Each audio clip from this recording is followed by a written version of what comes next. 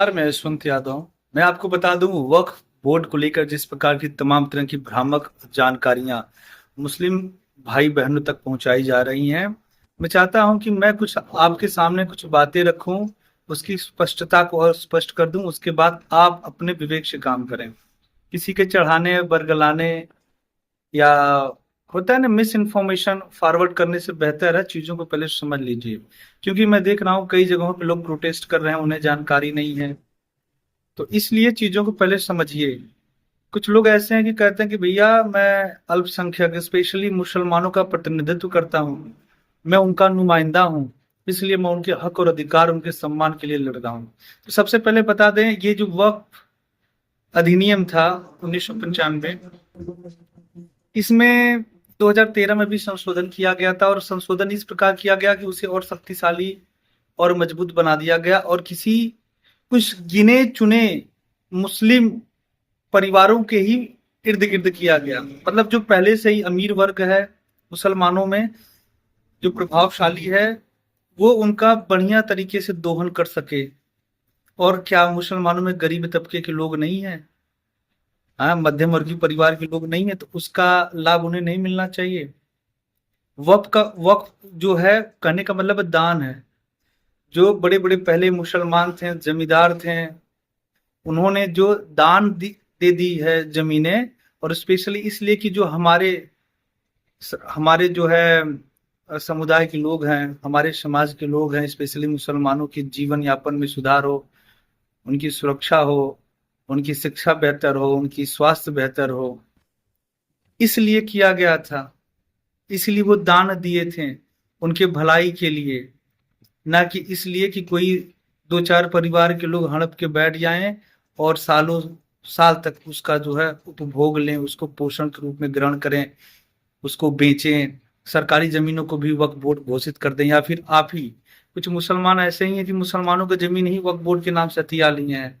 बस मदरसे के मौलवी को मिला लीजिए, कुछ गिने चुने लोग प्रभावशाली मुसलमान भाइयों को मिला लीजिए, उसके बाद आप चले गए कहीं कमाने, आपकी जमीनें भी वक्फ बोर्ड में आ गई।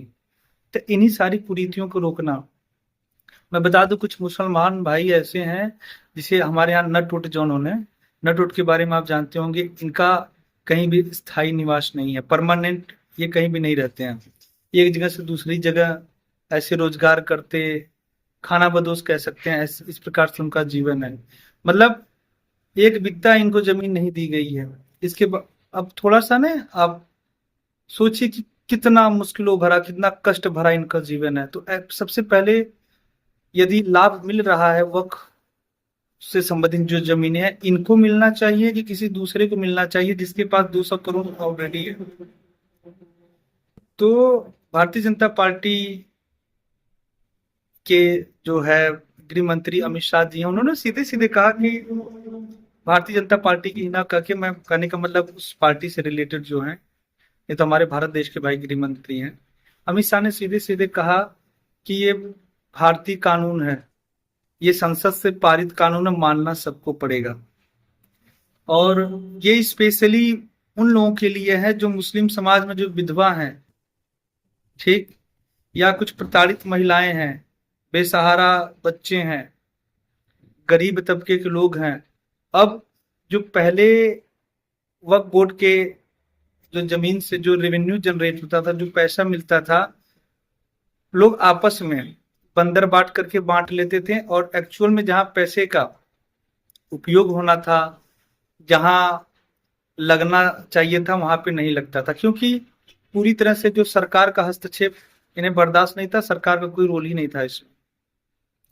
इसलिए अब जो है उसका जो रेवेन्यू जनरेट होगा, वो इन्हीं अल्पसंख्यक जो मुसलमान भाई बहन हैं, गरीब हैं, बेरोजगार हैं, अशिक्षित हैं, उनके भलाई के लिए, उनके जीवन यापन के लिए लगेगा। इसीलिए भोपाल में कुछ ऐसे भी मुसलमान भाई हैं जो इसके समर्थन में प्रोटेस्ट कर रहे हैं, ठीक है, सॉरी, कैंपेन कर रहे हैं, सड़कों पर उतर के अभिनंदन कर रहे हैं, योगी और सॉरी मोदी मोदी चिल्ला रहे हैं कि आपने बहुत अच्छा कार्य किया।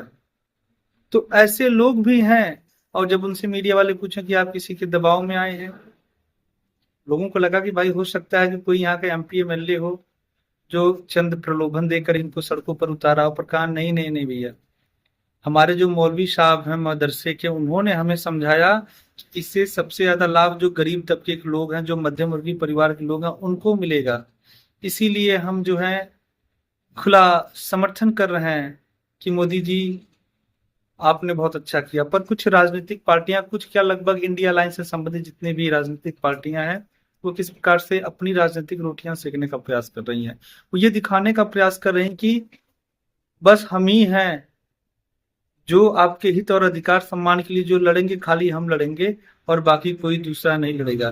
तो कहीं ना कहीं एक तरफ से वोट बैंक की राजनीति कर रहे हैं, अपना वोट प्रतिशत बढ़ाने के लिए कर रहे हैं, मुस्लिम भाइयों के हृदय में जबरदस्ती जगह बनाने का प्रयास कर रहे हैं। और सही तरीके से ये आपके नुमाइंदे नहीं है, ये आपकी प्रतिनिधित्व करता नहीं है, ये अपने वोट बैंक की राजनीति कर रहे हैं। और यदि इस वक्त बोर्ड से किसी को, जैसे अब इसे उम्मीद कर दिया गया है, ठीक है, अब इसका रख रखाव की जो जिम्मेदारी होगी, ठीक है, और जो भी वाद विवाद इससे होगा, सब आप जाएंगे कलेक्टर साहब के पास, ठीक है, डीएम साहब अब इसका रेख देख करेंगे। और यही सारी समस्याएं हैं। तो किसी प्रकार का किसी के बहकावे में ना आए। जितने भी विपक्ष खेमे के कुछ नेतागण हैं, वो अपनी राजनीतिक रोटियां सेक रहे हैं, कह रहे भाई इससे धार्मिक उन्माद होगा, सरकार को किसी प्रकार का अधिकार नहीं है कि जो मुसलमान वक्फ बोर्ड है उसमें किसी प्रकार बदलाव करने का। ये सीधा सीधा प्रहार है, आघात है, ठीक है, क्योंकि हमारा देश जो है वो है धर्मनिरपेक्ष। किसी एक स्पेशली धर्म को विशेष दर्जा नहीं दिया जा सकता है और किसी प्रकार का फेरबदल नहीं किया जा सकता है, पर भारतीय जनता पार्टी के लोग कर रहे हैं। तो इनसे दूर रहें, ठीक है, ये आपको भ्रमित करेंगे। ठीक, तो आज के लिए इतना ही। नमस्कार।